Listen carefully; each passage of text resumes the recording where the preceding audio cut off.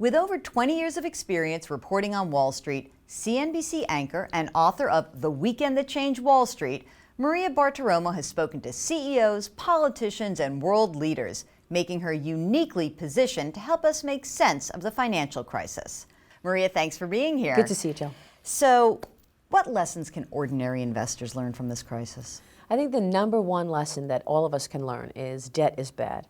And I think we walk away from the financial crisis knowing that and certainly smarter about what has happened. You know, when you look at the leverage that Wall Street firms took on during the collapse, you're talking about 40-1. So if you have $5 in the bank and, you borrow 100, the numbers don't make sense, obviously. And I think today, not only do institutions recognize that, but individuals as well. Look at what has happened.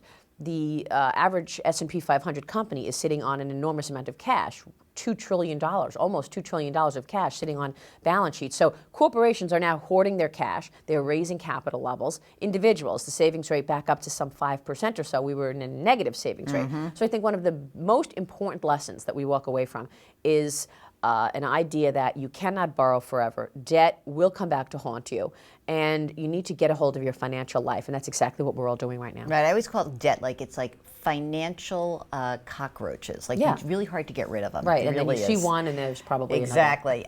So how have CEOs that you interview, and you interview all the big guys and gals, have they changed in the last 2 years? I think like 60% higher in the S&P, 2 years of distance.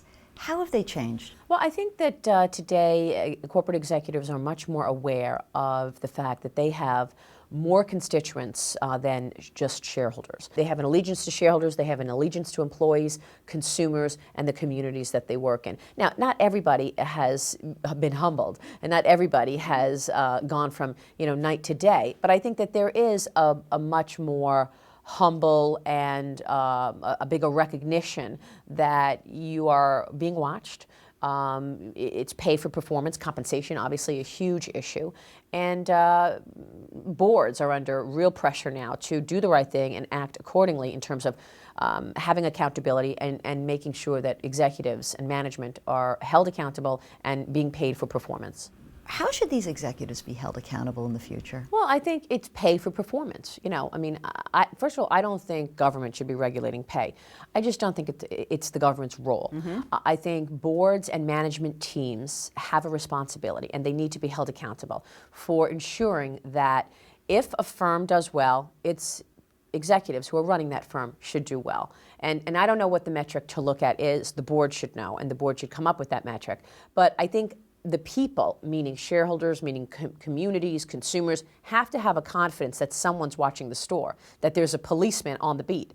And so, that's what's been lacking, because board members were in CEOs' pockets, and so there's no accountability whatsoever. I think today that is changing because what the pay czar has done, really put compensation front and center, is embarrassing people. But having said that, like I said a moment ago, I don't think it's government's role. I think management teams need to step up to the plate and start recognizing that they have accountability. Okay, I want to shift gears for a second. You say Elizabeth Warren was well cast as the voice of oversight. Does that mean you think she's the right person to run the Consumer Financial Protection Bureau? I like her. I think she's terrific. She comes out with, in some cases, controversial things, and she says it straight, and she doesn't care who she's, talking about. She's an academic. She's very smart. She looks to be fighting for the people. Now, having said that, I think that the Consumer Protection Agency will create some bureaucracies.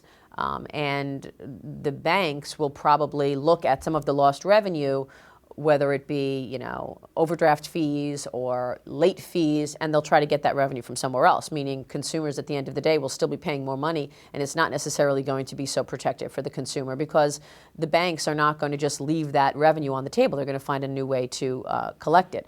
But no, I think Elizabeth Warren is very strong. I just wish she would have gone through the regular process, like the American way, through the congressional appointee process, because this is America and we have a system in place, and I don't like going around the system. Yeah, I think it sort of devalues the role when you go around the system and you don't go through confirmation. It's the same thing with czars. The president has created all these czars. Well, why? You're supposed to, if someone's running an agency, they're supposed to get congressional approval. I don't know why we have these czars who only answer to the president and never had to get confirmed. Now, before we go, I must talk about your fantastic cameo role in Wall Street Money Never Sleeps. So was that fun? It was really fun. It was? They called CNBC and asked if they could broadcast at our headquarters. So we said yes. And then they asked if I would interview Gordon Gekko. And I just thought, oh my God, what a thrill. So Michael Douglas came to the studio. He sat there. We did, I obviously played myself. I mean, I have no interest. But you acted. In other words, you sat there and you actually acted. You weren't just like playing yourself. It was awesome. Well, I was myself as a reporter, and I said, joining us now, Gordon Gekko, which was fun. Excellent. Maria Bartiromo, anchor, writer, superstar, actress. Oh, no, Thanks. I'm not an actor. Thank you so much for joining us. Thank you, Jill. And thanks for watching.